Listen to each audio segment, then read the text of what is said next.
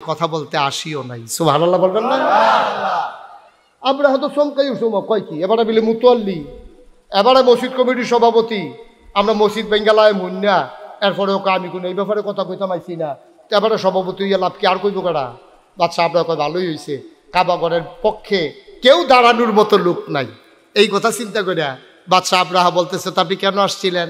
কাবাগরের ব্যাপারে একটু পরে কাবাগর ভাঙ্গা হবে, আপনি এই ব্যাপারে কিছু বলতে চান না, আপনি আসছিলেন কেন? এবার আব্দুল মুত্তালিব কয়, ভাই আমি আসছিলাম বাদশা আব্রাহা, আমি আসছিলাম, শুনলাম আপনার বাহিনী নাকি আমার উট ধরে নিয়ে আসছে।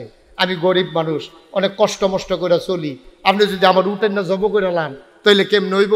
আমার উটগুলা ছেড়ে দেন। সুবহানাল্লাহ বলবেন না? আব্রাহা চমকে উঠলেন, তিনি থমকে দাঁড়ালেন, তিনি আশ্চর্যান্বিত হয়ে গেলেন। তিনি ডাক দিয়া কয়, এত বোকা মানুষ পৃথিবীতে আছে নাকি? একটু পরে কাবাগর ভেঙে ফেলবো, এই ব্যাপারে তোমার কোনো অভিযোগ নাই, কোনো মিনতি নাই, কোনো দরখাস্ত নাই। তুমি আছো তোমার উট নিয়া, তুমি তোমার উট নিয়া পাগল। এত স্বার্থপর মানুষ তো আমি দেখি নাই। তোমারে কে দায়িত্ব দিছে? কেন তুমি কাবার মুতোয়াল্লি? এবার চোখের পানি ছেড়ে দিলেন আব্দুল মুত্তালিব। ডাক দেয়া কয়, আব্রাহা আমি উটের মালিক, আমি তো উটের কথাই বলবো। কয় কাবার মালিককে? আমি কাবার মালিক না, কাবার যিনি মালিক উনি চিন্তা করবেন কাবা রাখবেন না ভেঙে ফেলবে।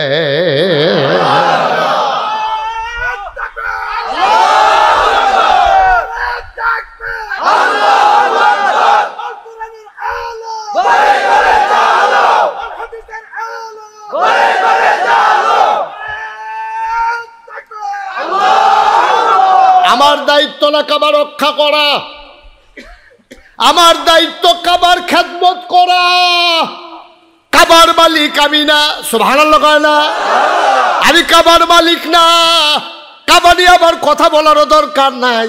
আদার ব্যাপারীর জাহাজের খবর, আমি কাবা নিয়ে কথা বইলা কি করব? আমরা কাবা বানাইও নাই, আমরা রক্ষণাবেক্ষণ করি, আমরা চেয়ে চেয়ে দেখি, আমরা তার চতুর্পার্শ্বে তাওয়াফ করি।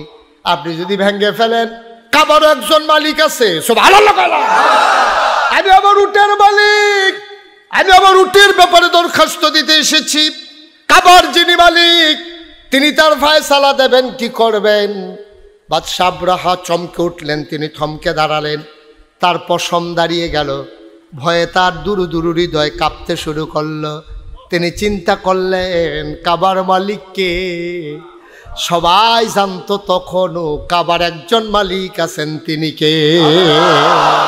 Abu Jahl, Abu Lahab, Utba, শাইবা, মুগীরা, Abdul Muttalib, Abu Taleb, যারা সব তারা কাবার যে একজন মালিক আছে এক আল্লাহ, তারা এটা স্বীকার করতো। তা আমরা যে কই তারা 300 দেবদেবীর পূজা করতো, হেটা কোনটা? তারা অনেক চিন্তা করে দেখছে এক আল্লাহ এত ঝামেলা শেষ করন উনি একলা পারত। নাউজুবিল্লাহ, কি এটা তো চিন্তার কথা না। এখন যেবারে রোদ দিব এবারে আবার মেঘ দেয় কেমনে, দুইটা দুই রকম না। এখন তারা বুদ্ধি করে দেখছে, রোদ খুব খেয়াল করেন সিহন কথা, তারা বুদ্ধি করে দেখছে আল্লাহ তো একজন আছে, তবে রোদের লাগি একজন দায়িত্বশীল দরকার আছে।